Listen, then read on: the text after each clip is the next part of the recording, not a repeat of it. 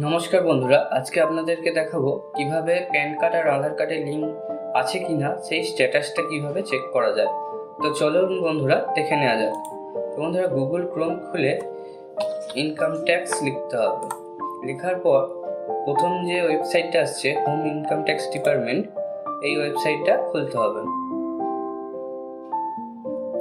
খোলার পর এখানে লিঙ্ক আধার স্ট্যাটাস এই অপশানটায় ক্লিক করতে হবে।